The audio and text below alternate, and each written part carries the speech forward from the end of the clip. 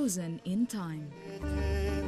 These stone churches and centuries-old wooden houses once owned by rich merchants stir the imagination.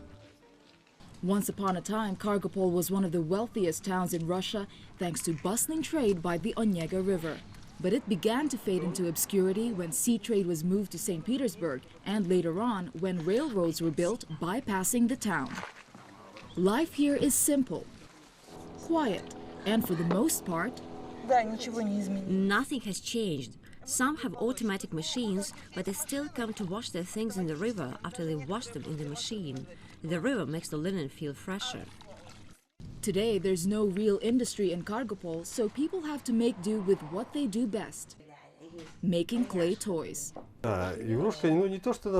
This is our main work and means of support. These figurines are my life now. I can't picture my life without them.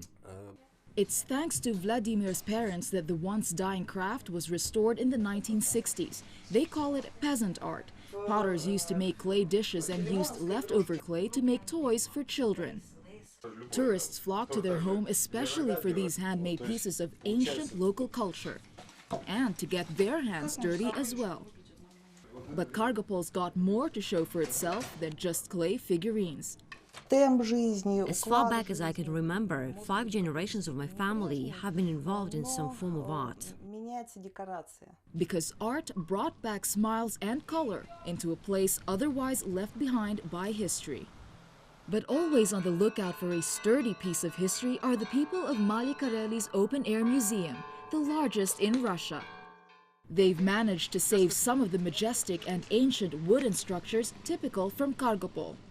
These massive wooden structures were brought to Mali Kareli piece by piece, then reassembled and restored here. An intensive labor of love for the museum's team of restorers.